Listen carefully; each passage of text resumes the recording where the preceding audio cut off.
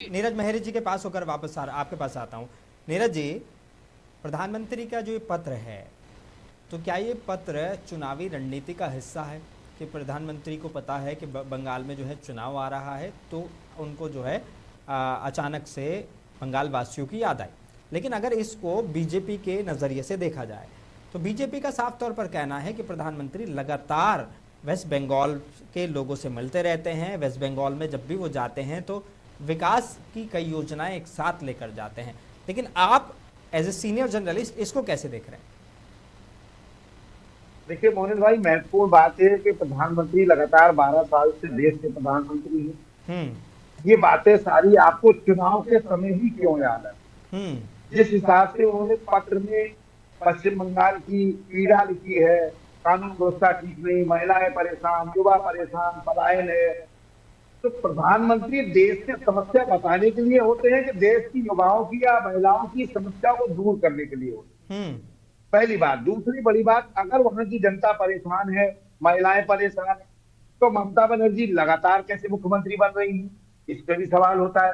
हम्म। निश्चित रूप से मैं एक बात आगे कुछ कहूं, इससे पहले एक बात बताना चाहूंगा आपको मोनिश भाई। हिंदुस्तान की पहली मुख्यमंत्री है ममता बनर्जी जो अपनी एसआईआर को लेकर, जनता की समस्या को लेकर न्यायालय में काला कोट पहनकर स्वयं खड़ी हुई। मुझे लगता है कि आज तक हिंदुस्तान में कोई खड़ा नहीं हुआ। सही है। दूसरी बड़ी बात, हम्म। लगातार जिस तरह से पश्चिम बंगाल में सरकार बन रही है, पलायन हो रहा है, यही यही बात आपने बिहार में भी कही।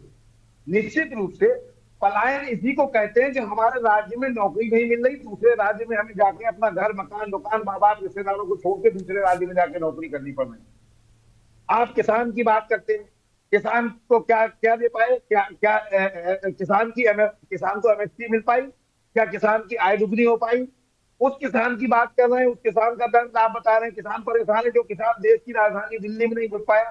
तमाम ऐसी चीजें हैं जो चिट्ठी में लिखी। निश्चित रूप से जिस हिसाब से उन्होंने सीए का जिक्र किया है, सीए मुस्लिम विरोधी माना जाता है क्योंकि इसमें संविधान की धर्मनिरपेक्षता खत्म होती है। निश्चित रूप से तो ऐसी चीजें क्यों आप बार बार करते हैं जिनसे देश में बिखराव पैदा हो?